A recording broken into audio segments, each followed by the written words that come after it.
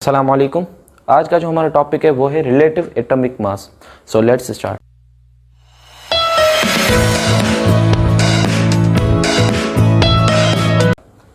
Relative atomic mass को study करने से पहले हमें कुछ टर्म्स है वो हम पहले स्टडी करेंगे, फिर हम अपने टॉपिक पर आएंगे।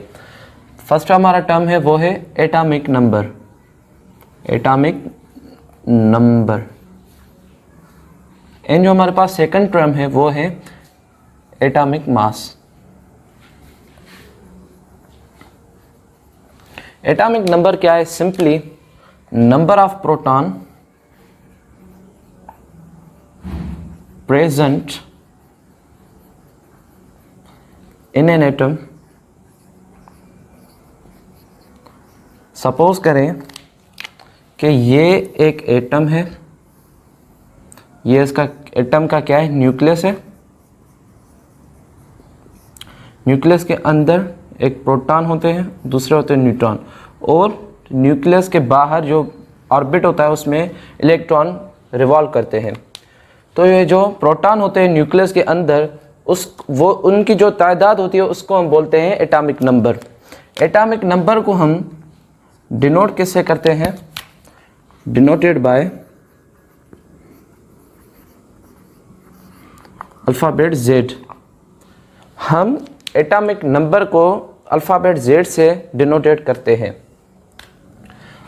और क्या है एटॉमिक नंबर में जो नंबर ऑफ प्रोटॉन है वो हमेशा कांस्टेंट रहते हैं। जितने भी एटम के होते हैं अपने प्रोटॉन होते हैं वो उतने ही रहते हैं, बल्कि जो नंबर ऑफ न्यूट्रॉन और इलेक्ट्रॉन है वो कभी ज़्यादा भी हो सकते हैं, कभी बहुत मरतबा वो ज़्यादा होते हैं, या वो इक्वल होते हैं या वो ज़्यादा होते हैं। तो इसी वजह से जो प्रोटॉन है हमारा, proton shows identification of atom.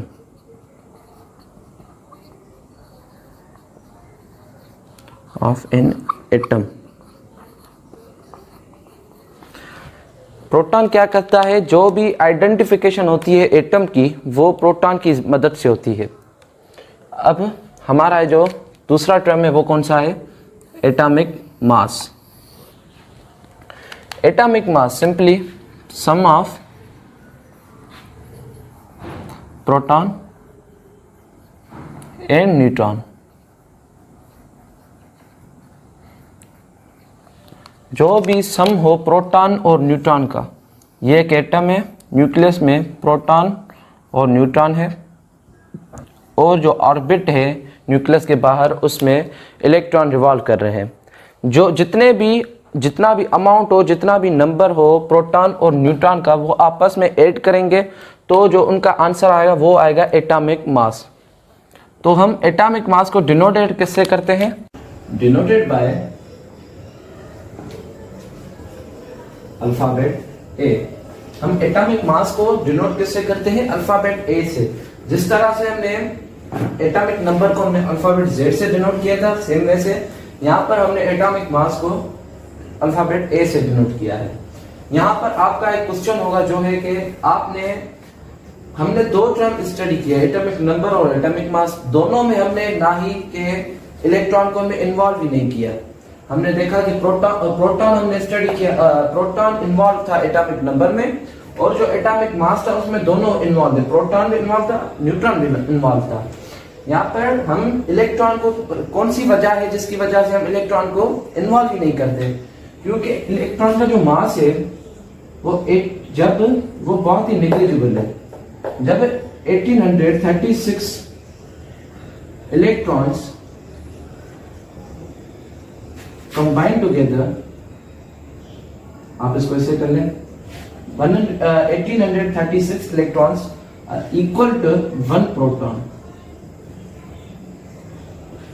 जब 1836 इलेक्ट्रॉन आपस में जब मिलेंगे तो वो एक प्रोटॉन के इक्वल होंगे।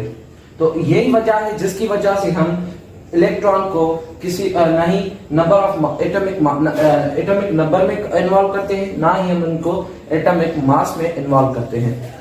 तो अब हम आ जाते हैं हमारे टॉपिक पर, जो है relative atomic mass. Relative atomic mass हम कहते हैं किसको है? The mass of an atom compared with 1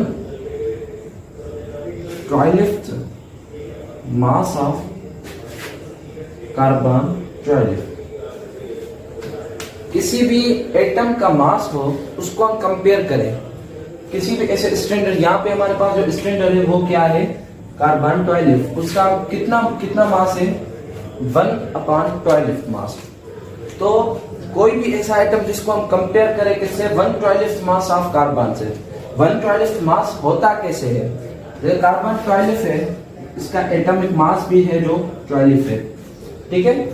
1/12 अगर जिस भी चीज अगर हम ऐसे करें कि जो कार्बन 12 है उसका एटॉमिक मास है जो वो है 12, हम इसको ब्रेक डाउन करें 12 पीसेस में, जिसका जो एक पीस होगा, जिसका जो भी पीस हो, ईच पीस जो होगा वो होगा 1 के बराबर। ऐसा है नहीं है, क्योंकि इसका जो एटॉमिक नंबर है वो 12 है। हम इसके इक्वल पीसेस करेंगे वो भी 12 ही हम करेंगे। तो इस वजह से जो भी इसका पीस होगा उस ईच पीस का जो वजन वेट होगा वो होगा 1 के इक्वल। तो यहाँ पर क्या बात है? 1/12 मींस 12 पीस में से कोई भी हर पीस उसमें से कोई भी हम एक लें, जो 1 होगा उसका पीस वो इक्वल होगा 1 AMU के, atomic mass unit. Atomic mass unit. आप कहेंगे कि एटॉमिक मास यूनिट है क्या? जैसे हम जो भी चीज लेते हैं उसका कोई तो जो भी चीज हम लेते हैं और उसको मेजर करते हैं तो उसका कोई ना कोई यूनिट होता है। जैसे हम मिल्क लेते हैं उसका यूनिट है लीटर। जैसे हम किसी भी क्लॉथ की मेजरमेंट करते हैं तो उसमें उसको हम मीटर में या मीटर में उसको मेजर करते हैं, वो मीटर का यूनिट है। तो सेम वैसे यहाँ पर जो एटम को मेजर करने का या कंपेयर करने का जो यूनिट है वो है हमारे पास एटॉमिक मास यूनिट।